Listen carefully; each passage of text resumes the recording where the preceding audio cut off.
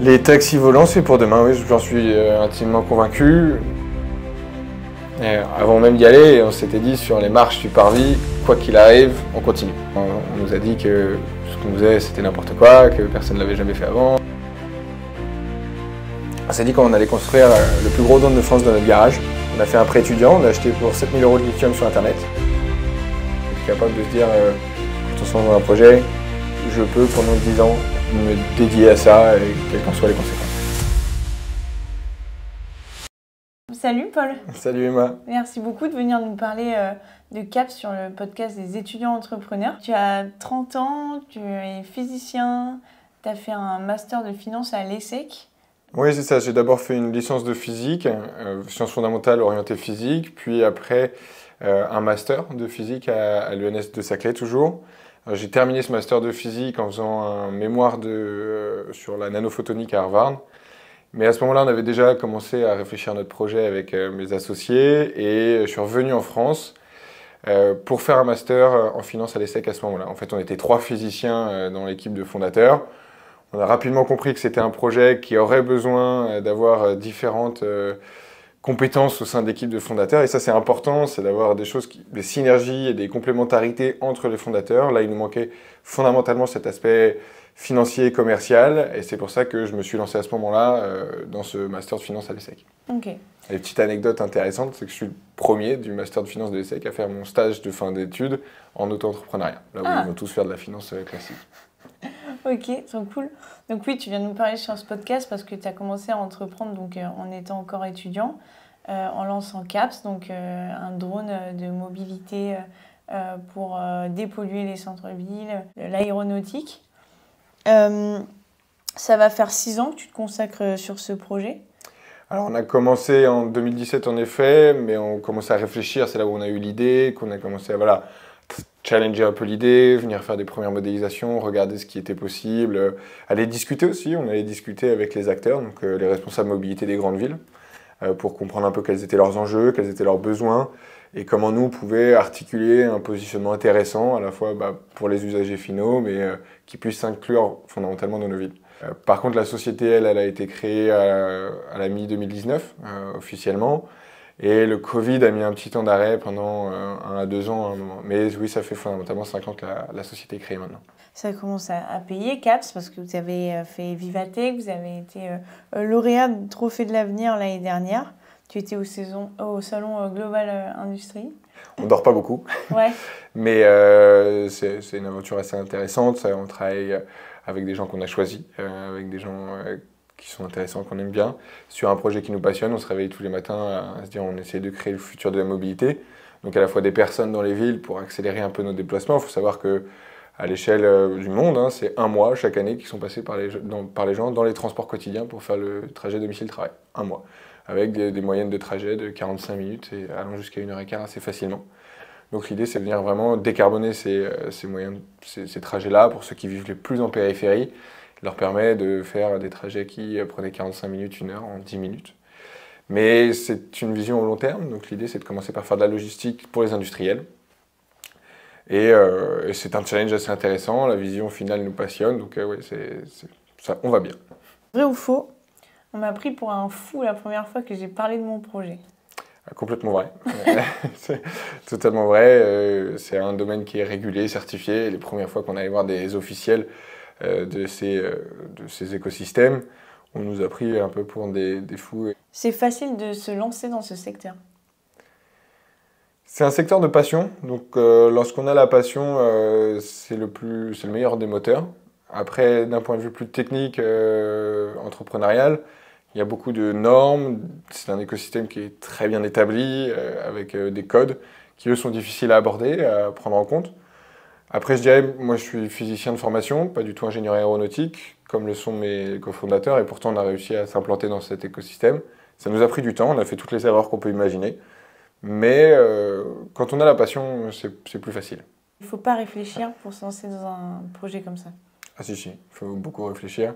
C'est quand même des engagements pour sa vie personnelle, c'est des engagements pour sa carrière, c'est, au point de vue marché, derrière le développement de produits, une analyse très fine à faire. Donc non, il y a beaucoup de réflexions. Une fois qu'on a établi que c'est ce qu'on voulait, qu'on a un plan et que tout a été validé, là faut y aller, il faut se lancer. Quand on sent qu'on a trouvé quelque chose, il faut y aller. Mais en amont, il y a de la réflexion.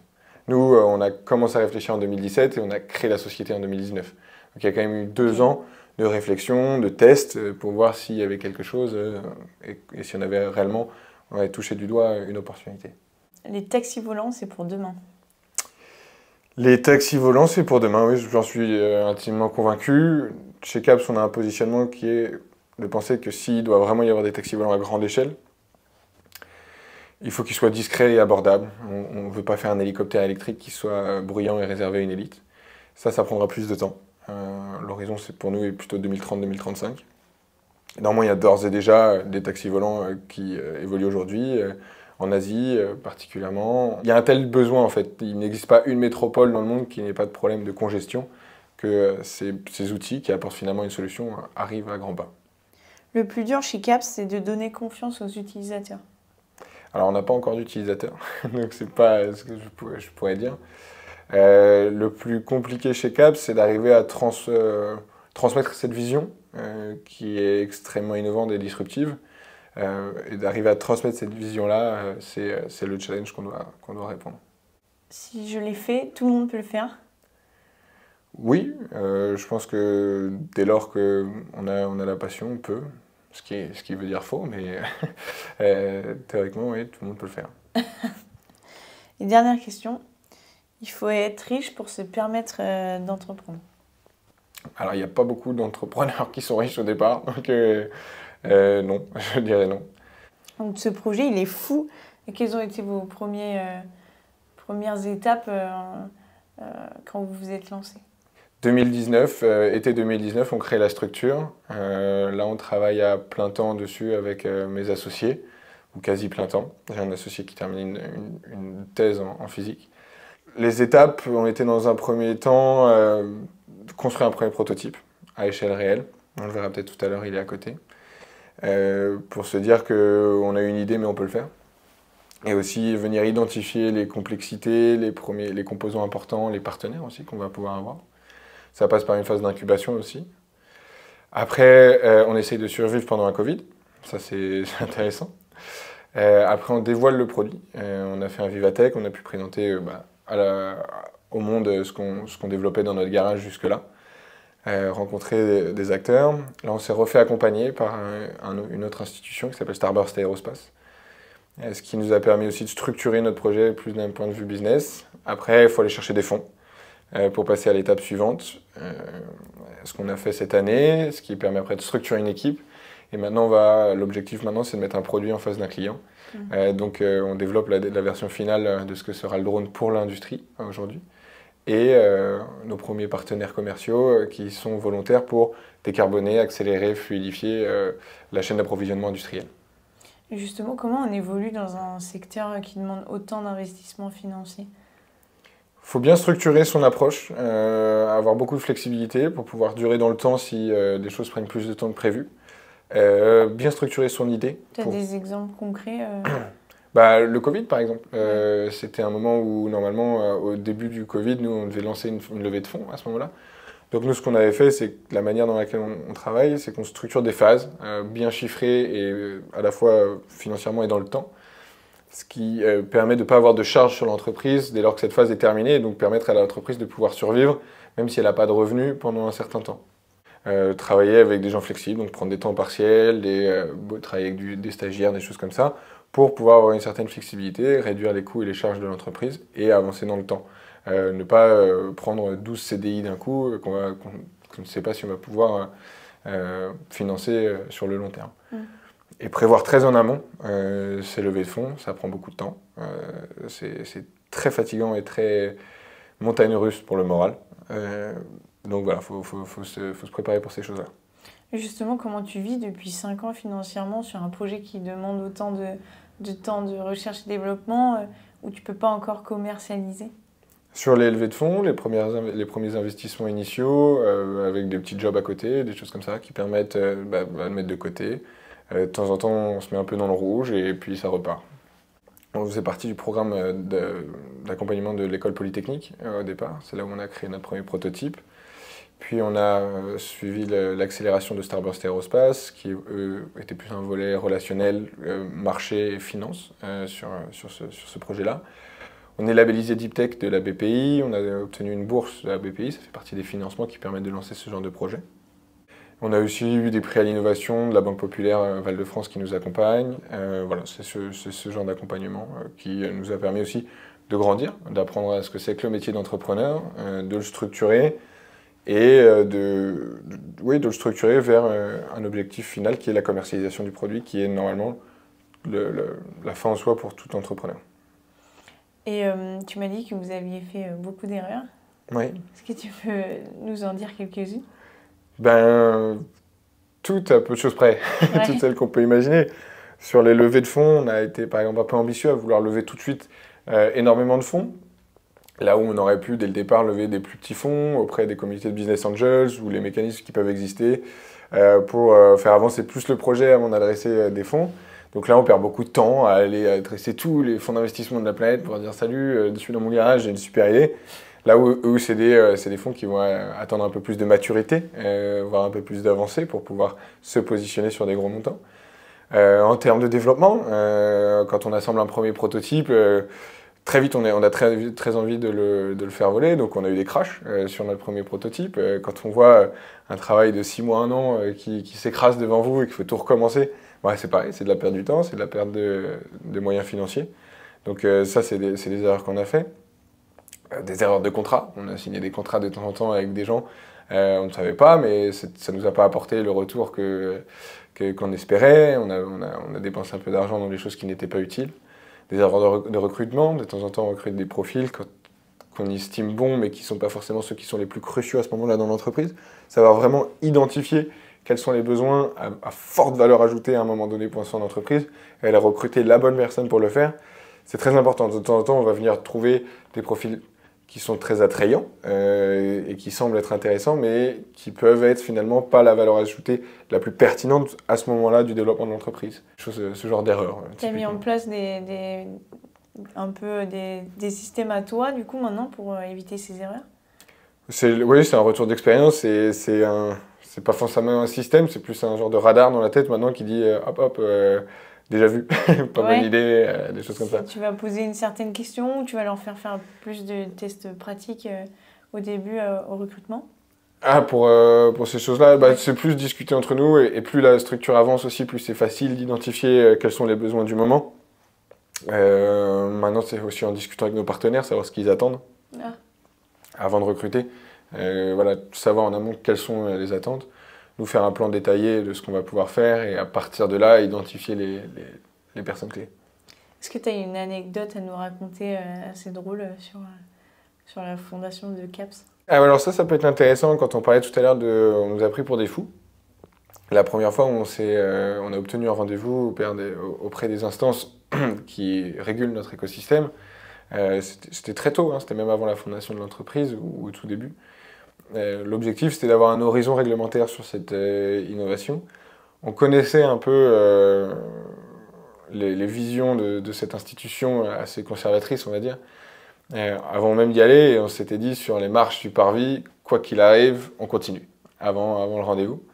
Et en effet, on s'est fait pourrir. On nous a dit que ce qu'on faisait, c'était n'importe quoi, que personne ne l'avait jamais fait avant, que ça serait pas pour maintenant.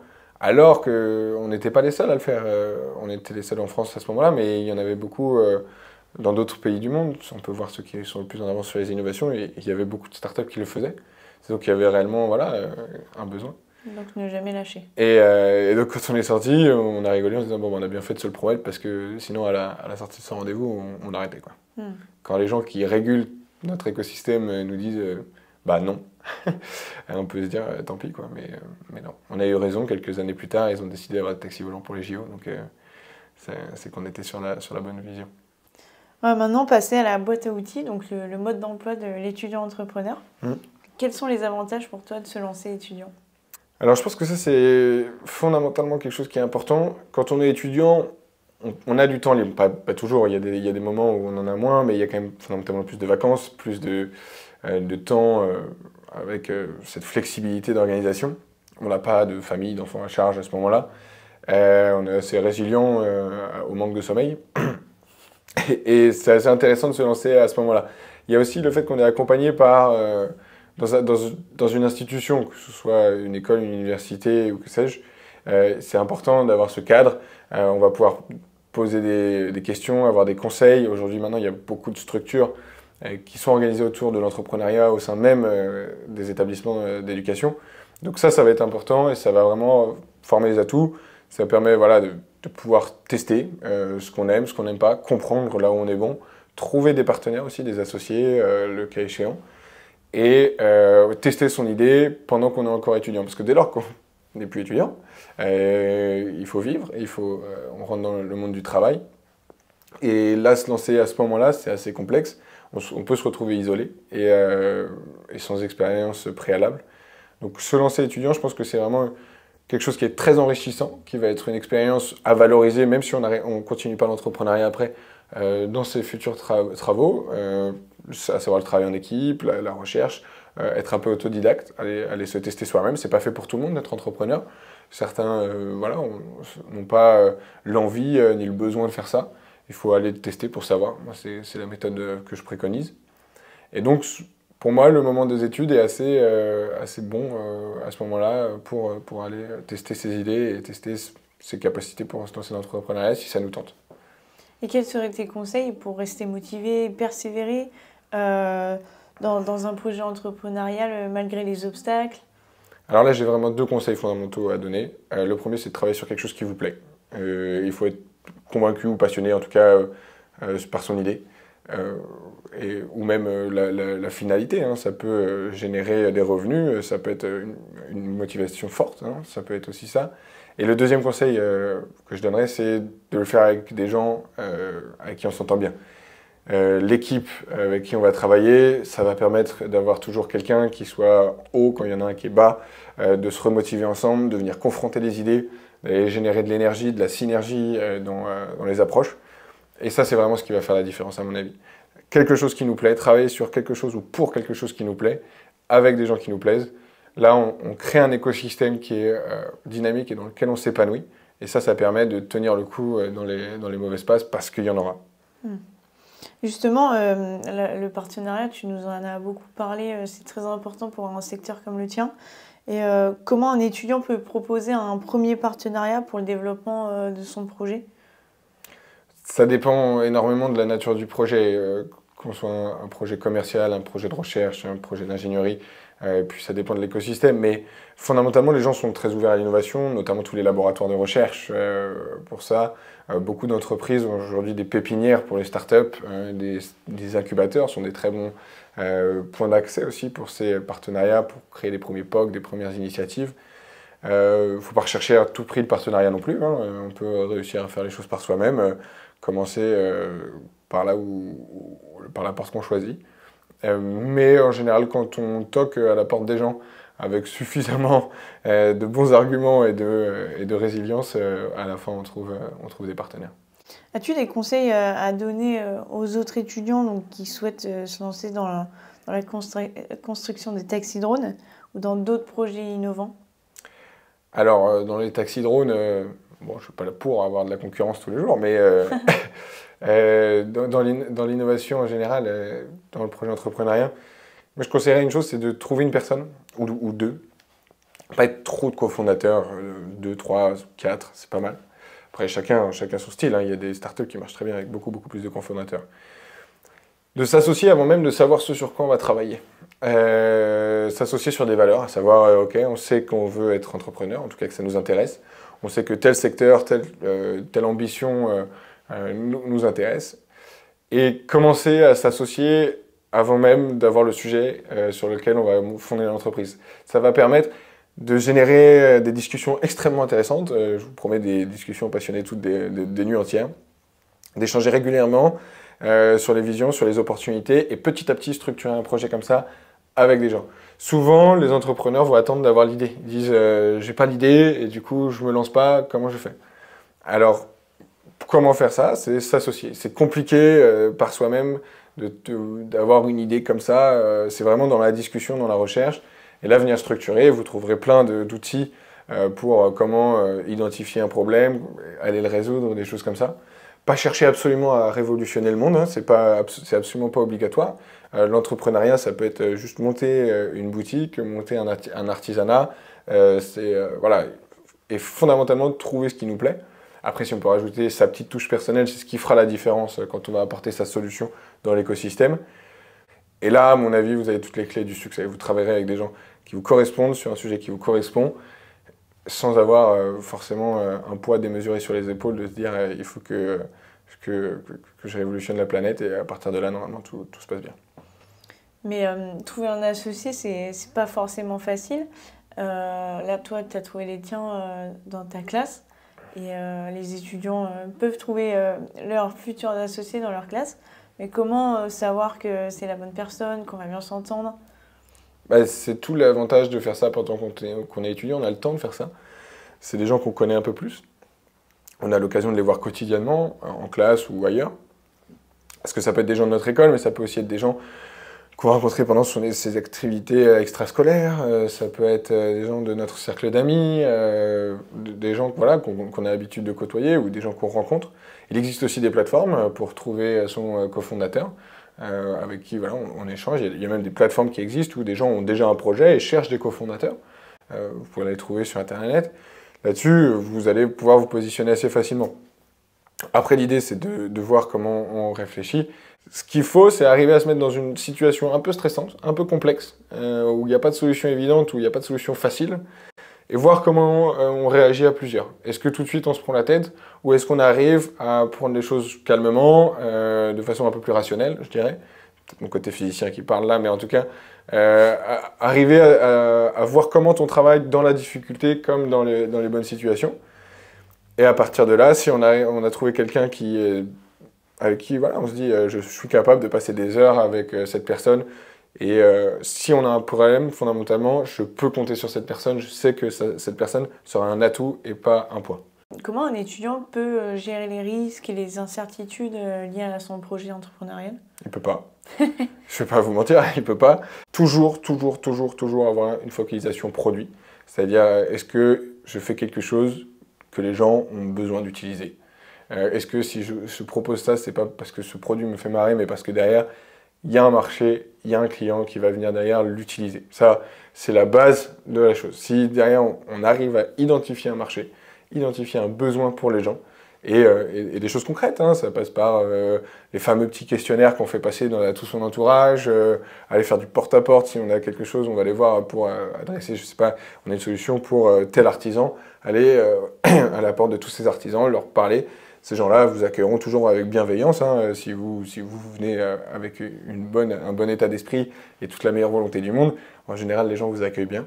Vous pourrez discuter avec eux et là, à partir de là, structurer ça. Ça, s'assurer d'avoir un marché, c'est vraiment la meilleure garantie que vous pourrez avoir. Et puis après, ça sera à vous de faire la différence par rapport aux potentiels concurrents. Est-ce que 100 personnes vous ont validé votre projet? Oui, plus que ça même aujourd'hui. Avec les salons qu'on a fait, on fait toujours passer des questionnaires, des tests et des revues de leur opinion sur notre projet. On l'a fait en amont. Ouais. Et qu'est-ce que tu aurais aimé savoir, toi, en tant qu'étudiant, pour te lancer, peut-être pour gagner du temps, pour aller plus vite? Tout. On apprend sur le tas quand on n'est pas entrepreneur. Comment tout structurer les approches. J'ai parlé tout à l'heure des erreurs qu'on a faites sur les levées de fonds. Comment d'abord apprendre à vraiment commencer petit, pas toujours regarder ce que font les autres, voir ce qu'on peut faire, faire ses preuves en permanence. On est rapidement convaincu par sa propre idée. Et c'est assez compliqué de transmettre ça, surtout quand quelqu'un doit investir. Donc, vraiment structurer son approche, vraiment structurer son idée et apprendre à le transmettre de la meilleure manière. Commencer petit, pas toujours chercher à commencer grand directement. Faire des étapes, des petites étapes, parce qu'elles sont petites, mais elles sont difficiles à franchir au départ. Ça, c'est assez important. Et si un étudiant voulait entreprendre autour de CAPS, qu'est-ce que tu aimerais voir naître comme projet? Le Blablacar du taxi volant Alors, moi, je vais avoir des besoins techniques très concrets. Hein. Si quelqu'un pouvait inventer une batterie qui est beaucoup plus performante que ce qui se fait aujourd'hui, à savoir, premièrement, sur son impact écologique, sur le nombre de cycles de vie qu'elles peuvent avoir, et après sur la quantité d'énergie qu'elles peuvent embarquer. Mais ça serait pas que pour moi. La personne qui trouve cette solution, faut qu'elle y aille. Là, il y a un marché, je peux le garantir. Est-ce que tu peux nous faire une masterclass sur le futur de la mobilité? C'est une question intéressante. Il va falloir la structurer en fonction des besoins et des énergies qui seront disponibles à ce moment-là. Savoir qu'aujourd'hui, on utilise principalement une voiture. 70% des trajets qu'on fait quotidiennement en ville sont des trajets de voiture, ce qui est une aberration. Une voiture, c'est pas forcément fait pour faire des petits trajets. C'est encore pertinent aujourd'hui pour faire des longs trajets, mais je pense que la mobilité de demain va passer par énormément de simplification, d'électrification et d'automatisation. Électrification parce que l'immense majorité des trajets quotidiens sont des trajets de courte distance, donc faire des trajets électriques pour ça, électrique ou hydrogène d'ailleurs, hein, je n'ai pas la science infuse sur quelle sera la technologie qui va avancer la première. L'électrique a de l'avance, l'hydrogène a beaucoup de potentiel, c'est deux approches radicalement différentes d'ailleurs. Mais électrification fondamentalement, automatisation parce que les technologies maintenant arrivent à permettre ce genre de choses. Et que quand on dira dans 30 ans à nos enfants qu'on passait des heures au volant d'une voiture, ils ne comprendront pas pourquoi on fait ça. Fondamentalement, c'est assez fatigant, stressant et dangereux. Il y a encore beaucoup d'accidents de la route, malheureusement.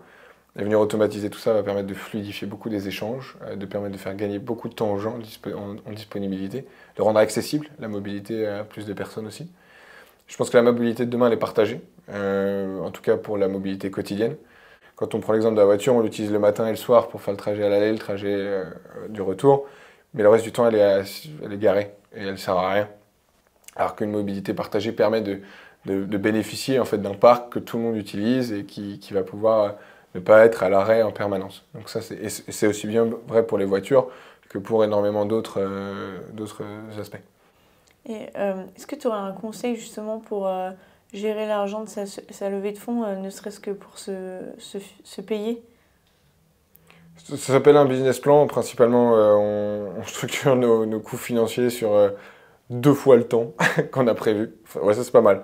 On a fait un business plan sur telle période, on sait que nos dépenses seront ça, on a levé des fonds et on se dit après ça, soit on a des revenus, soit il y aura une autre levée de fonds qui va compléter. Et bien gérer comme si ça allait prendre 2 fois plus de temps, de base. Comme ça, vous avez 2 fois le temps que vous aviez prévu initialement, parce qu'on fait un plan tout bien, et derrière, il suffit d'une petite chose, hein, c'est pas forcément la catastrophe, mais une petite chose peut retarder énormément un temps de mise sur le marché, de développement ou d'une autre levée de fonds. Je te laisse nous raconter une anecdote sur la construction de la batterie de CAPS. Oui, tout à fait. Quand on s'est lancé initialement, on s'est dit qu'on allait construire le plus gros drone de France dans notre garage. Et la première problématique, le premier challenge que vous avez dans ce cas-là, c'est la batterie. Avoir une batterie suffisamment puissante et sur mesure capable de faire soulever ce drone est un vrai défi. Donc nous avions très peu de fonds à l'époque, un peu d'investissement, de support de la BPI, des prix à l'innovation. Mais nous sommes allés voir des industriels pour leur donner nos caractéristiques, nos besoins. Ils nous ont dit qu'il n'y avait absolument aucun souci, que ça coûterait 200 000 € pour faire cette batterie. Ce n'était pas dans notre budget. Donc ce que nous avons fait, c'est que nous sommes retournés dans le garage, nous avons acheté un bouquin sur comment faire une batterie soi-même. On a fait un prêt étudiant, on a acheté pour 7 000 € de lithium sur Internet. On a fait 14 000 points de soudure, 3 mois de notre vie. Mais à la fin, on avait une batterie qui fonctionnait. Et ça, il faut avoir le réflexe d'aller se débrouiller par soi-même et pas forcément atteindre les fonds pour avancer. Et puis je vous cache pas, la première fois où on la met en charge, il y a un petit suspense. On a beau savoir qu'on a tout fait, on prend les précautions les plus hautes possibles. Il y a toujours un petit suspense. Évidemment, avec un peu de chance, je suis encore là pour vous en parler, donc c'est que tout s'est bien passé. Mais il faut savoir être résilient, prendre la situation comme elle est et se dire que on peut se lancer, qu'avec un peu de volonté, on est capable de tout. C'est long et difficile. On a des paillettes dans les yeux au début, on est convaincu, on se dit qu'en quelques années, ça va être fou. Non. Ça peut être le cas, ce que je souhaite à tout le monde. Mais l'entrepreneuriat, c'est beaucoup de patience, il faut savoir gérer beaucoup le stress. Avoir une patience et une ténacité, et alors après, la limite entre ténacité et obstination, elle est fine. Donc, ouais, avoir cette résilience sur le long terme et être capable de se dire, quand on se lance dans un projet, je peux pendant 10 ans me dédier à ça, et quelles qu'en soient les conséquences. Bonjour à tous, je m'appelle Paul Cassé. Avec deux cofondateurs, on a créé CAPS, une société qui vise à révolutionner la façon dont vous vous transportez en ville à l'aide de voitures volantes. Dans un premier temps, ce sera de la logistique pour l'industrie, mais à terme, c'est fondamentalement pour venir complètement changer le temps de votre trajet pour passer de 45 minutes à 10 minutes. Aujourd'hui, vous êtes bénéficiaire d'une opportunité qui se représentera pas ou peu, celle d'être étudiant et d'avoir un peu de temps devant vous et en tout cas d'avoir le temps d'apprendre à vous connaître, vous, vos envies et vos capacités. De vous lancer dans l'entrepreneuriat, je vous le recommande très fortement et je vous recommande de le faire maintenant. Ça vous permettra, quoi qu'il arrive, de sortir de vos études avec un background supplémentaire, une première expérience du monde du travail, de vous confronter, vous, vos idées, avec la réalité extérieure, peut-être de trouver la passion de votre vie et un projet qui vous emmènera jusqu'à la fin de votre carrière. C'est ce que je vous souhaite. On va pouvoir travailler sur des choses qui nous plaisent, avec des gens qui nous plaisent. Et c'est une opportunité qui ne se représentera pas. Dès lors que vous aurez fini vos études, vous aurez des factures, vous aurez un loyer, rapidement, ou peut-être vous aurez une famille et d'autres contraintes. Ce temps gratuit que vous avez devant vous, ce temps bénéfique, mettez-le à profit. Plutôt que d'aller prendre une bière de plus ce soir avec des amis, faites-le, mais discutez entrepreneuriat, cherchez des gens avec qui travailler et lancez-vous dans des premières initiatives pour pouvoir venir tester vos capacités et la capacité à réaliser ce projet.